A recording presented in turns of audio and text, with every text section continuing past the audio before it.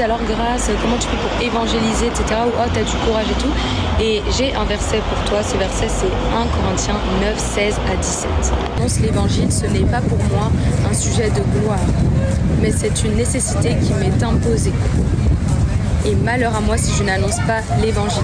Si je le fais de bon cœur, j'en obtiens la récompense. Mais si je le fais malgré moi, c'est une charge qui m'est confiée. Voilà ce que le serviteur de Dieu Paul disait en fait à l'église. Ce qui veut dire que tu as la possibilité d'évangéliser avec la force du Seigneur. Et il y a des moments où des fois tu le feras de bon cœur, avec joie. Il y a d'autres moments où ça sera plus une charge, une corvée on va dire. Mais le Seigneur en tout cas te soutiendra, parce que c'est vrai, il y a des hauts, il y a des bas, et des fois tu peux ne pas avoir envie, mais c'est pas parce que tu n'as pas envie que tu dois pas le faire. En tout cas, en tout temps, vraiment glorifions le nom du Seigneur. On a toujours une bonne raison de le louer, on a toujours une bonne raison de le présenter aux autres, parce que si on est là aujourd'hui en train de manger, respirer, parler, c'est que vraiment il nous a donné le souffle de vie. Ce qui veut dire que si peut-être ton réveil même t'a pas réveillé, bah en fait Dieu t'a réveillé puisque tu es là, tu es en train de regarder cette vidéo, etc.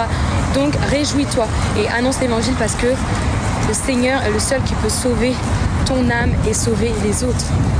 Et c'est vraiment une mission que Paul avait eue.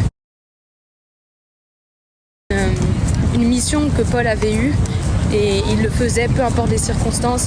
Ça veut dire qu'il soit enchaîné à cause de l'évangile, qu'il soit fouetté, emprisonné, qu'il ait fait des naufrages à cause de ça. En fait, il allait toujours aller à fond annoncer l'évangile de Christ, le saint évangile, la bonne nouvelle, pour aller encourager les pauvres, pour aller parler au cœur des personnes, pour guérir les malades, pour chasser les démons. Vraiment, c'est une vie vraiment de paix, annoncer l'évangile, une bonne nouvelle. Donc voilà, soyez bénis, et vraiment je le fais de bon cœur. Des fois je le fais par ordre du Seigneur, voilà, mais en tout cas il est grand et il mérite toute la gloire. Soyez bénis et va évangéliser.